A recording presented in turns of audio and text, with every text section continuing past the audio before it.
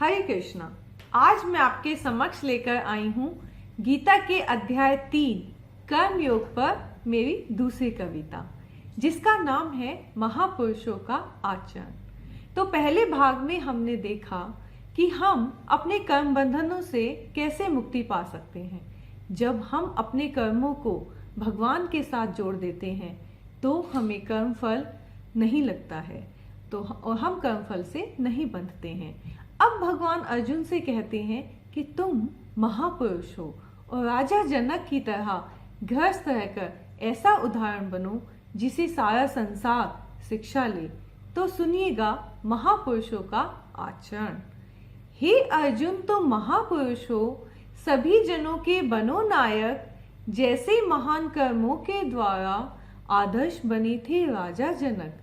महापुरुष जिस तरह से करके दिखलाते अपना व्यवहार, वैसे ही उनका अनुसरण करता रहता ये सारा संसार। मैं सृष्टि का रचयिता, मैं तीनों लोकों का पालन करता, फिर भी मैं कार्य करने में पल भर भी नहीं रुकता।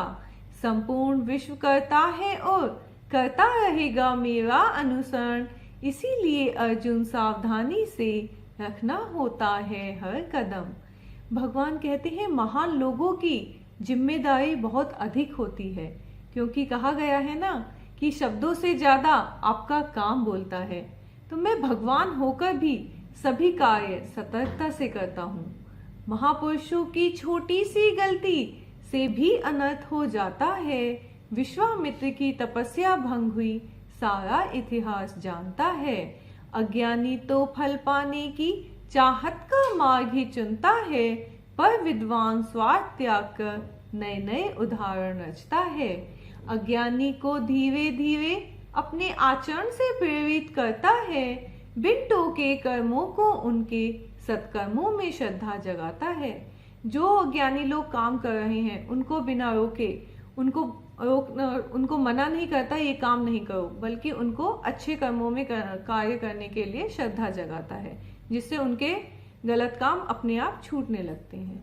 अक्सर हम सफलताएं पाकर खुद पर गर्व करते हैं, पर ये कार्य सारे प्रकृति के 3 गुणों द्वारा होते हैं। प्रकृति माँ की भांति हमें स्वतंत्र कार्य करने की इच्छा देती है, पर भगवान की अनुमति पिता की भांति छिपी रहती है। कहते हैं ना, भगवान की इच्छा के बिना एक पत्ता भी नहीं हिलता, परंतु भगवान ने हमें स्वतंत्र इच्छा भी दी है। जैसे माता पिता बच्चों के बड़ा होने पर उनके मार्गदर्शक बन जाते हैं। अगर आप उनसे पूछोगे तो सलाह देते हैं, नहीं तो हर काम में बस अपनी स्वीकृति दे देते हैं। ऐसे ही भगवान हमें एहसास तो कराते हैं कि हम गलत काम कर रहे हैं, परंतु हम जो भी करें उस काम में स्वीकृति दे देते हैं। हे अर्जुन, चाहे कर्मी बनो चाहे बनो तुम सन्यासी, बस इंद्रियों को वश में करना, उनमें न आए आसक्ति। जो माया में फंसे हुए हैं उनका तुम सहारा बनना, पर उनकी क्षमता अनुसार ही उनको उतना ज्ञान देना। तो ये ज्ञानी लोगों का कर्तव्य है कि वे एक अच्छे शिक्षक की भांति अज्ञानी लोगों को उनकी योग्यता के अनुसार उन्हें उतना ही सिखाएं जितना वो सीख सकते हैं। ज्ञानी बनकर मुझ पर अपने सारे कार्य समर्पित कर दो, अधिकार लाभ की चिंता त्यागो, बिन आलस के युद्ध करो। बिन ईर्ष्या के श्रद्धा से अगर करोगे मेरे आदेशों का पालन, फिर कभी नहीं रहेगा तुमको इन कर्मों का कोई बंधन। पर जो मुझसे द्वेष कर मेरे उपदेशों की अवहेलना करते हैं, वे अज्ञानी परिश्रम करके भी अपना जीवन व्यर्थ करते हैं। ज्ञानी भी मानव स्वभाव के कारण माया में फंस जाते हैं। माया के ये बलशाली गुण सब पर प्रभाव जमाते हैं। तो माया इतनी शक्तिशाली होती है कि अच्छों को अपने वश में कर लेती है।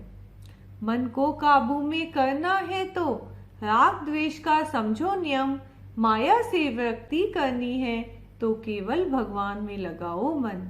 पूरे नियम कभी ना हो पाए तो भी नहीं छोड़ना अपना कर्म, किसी दूसरे का अनुसरण करके ना खोना तुम अपना धर्म। कभी कभी हमें लगता है कि हमसे ये सब नहीं हो पाएगा और हम अपना कर्तव्य छोड़ देते हैं, परंतु गलतियां होने पर निराश नहीं होना है, बस अपना कर्म अपना धर्म करते रहना है। अर्जुन ने पूछा, कभी कभी ना चाहकर भी हो जाता है पाप, लगता है ऐसे जैसे कोई शक्ति खींच रही हो अपनी आप।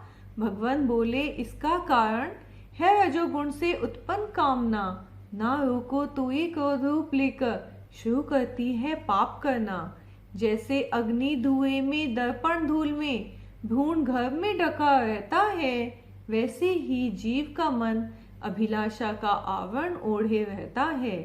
लालसाओं की ये अग्नि हृदय में हमेशा जलती रहती है, बुद्धि में घर बनाकर आत्मा की आवाज दबाती रहती है। आत्म साक्षात्कार के मार्ग में इच्छाओं की रुकावटें हैं बड़ी, इसलिए अर्जुन इनका दमन करना होगा शुरुआत से ही। कर्म इंद्रियों की सुनती हैं, इंद्रियां सुनती हैं मन की, मन बुद्धि की मानता है जब सुनता है आवाज आत्मा की। अगर हम आत्मा की आवाज सुनकर कर्म करेंगे तो सही करेंगे, अगर इंद्रियों की सुनेंगे तो वे कर्म कामना से भरे होंगे, इच्छाओं से भरे होंगे। इस प्रकार अर्जुन कसकर पकड़ना अपनी इंद्रियों की लगाम, मन बुद्धि को मुझ में लगाकर पूरा करना आत्मा का मान।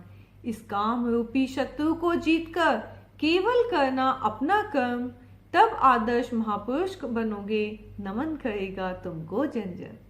तो इस प्रकार भगवान ने महापुरुषों के आचरण के बारे में बताया। हम सभी किसी न किसी रूप में एक दूसरे को कुछ ना कुछ सिखाते हैं, कम से कम अपने बच्चों के लिए तो हम आदर्श होते ही हैं।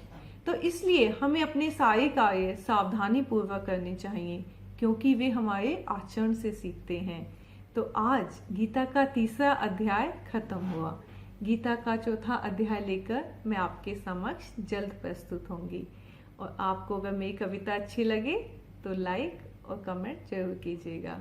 हरे कृष्णा, धन्यवाद।